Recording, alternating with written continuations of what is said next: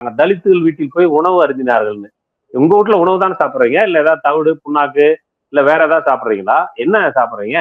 அது என்ன அவர் வீட்டுல போய் சாப்பிடுறது என்ன அப்படி என்ன? அது அவ்வளவு பெரிய சாதனையா அது? அவங்க வீட்டுல என்ன செருப்பானியா போட்டு ஆக்கி வச்சிருக்காங்க, தின்னா வயிற்ற குளிச்சிருக்கு பயந்துக்கிறதுக்கு? என்ன என்ன அவனுக்கு அங்க போய் சாப்பிடுறதுல? சோறு தானே சாப்பிடுற, தண்ணி தானே குடிக்கிற.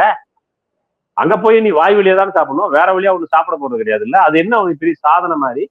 இது இது வந்து என்ன பெரிய கௌரவமா அது? அந்த மக்கள் உழைத்து கொடுக்கக்கூடிய எல்லாவற்றையும் உங்களுக்கு அனுபவிக்க முடியுது.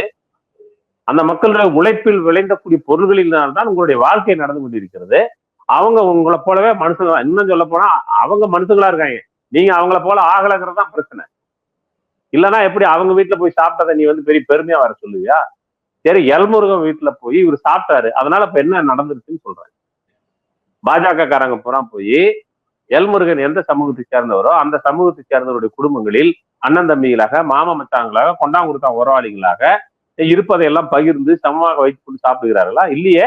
எல்முருகன் வந்து இன்னைக்கு அந்த மாதிரி ஒரு பின்புலத்துல இருந்து போனவர்னு வந்து நம்ம பேசுறோம்ல, அவரு கிளைம் பண்றாரு இல்ல. இங்க இந்திய அன்னைக்கு சென்னை மாகாணத்துல பிரிட்டிஷ்காரன் கொடுத்த 12 லட்சம் ஏக்கர் பஞ்சமி நிலம் இன்னைக்கு தலித் மக்கள் கையில இல்ல.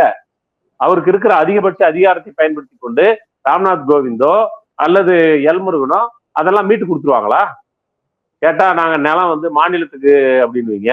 ஆனா இங்க இருக்கிற டங்ஸ்டன் சுரங்கத்தை மட்டும், டங்ஸ்டன் சுரங்கத்தை எடுக்கிறதுக்கு நீ வந்து உத்தரவு போடுறிய. இந்தியா முழுக்க வந்து இருக்கக்கூடிய இந்த பஞ்சமி நிலத்தை 12 லட்சம் ஏக்கரை இவங்க கிட்ட தான் இருக்கணும், இல்லைன்னா வந்து நடக்கிறதே வேறன்னு சொல்லி ஒரு உத்தரவு போட சொல்லுங்களேன் பாப்போம்.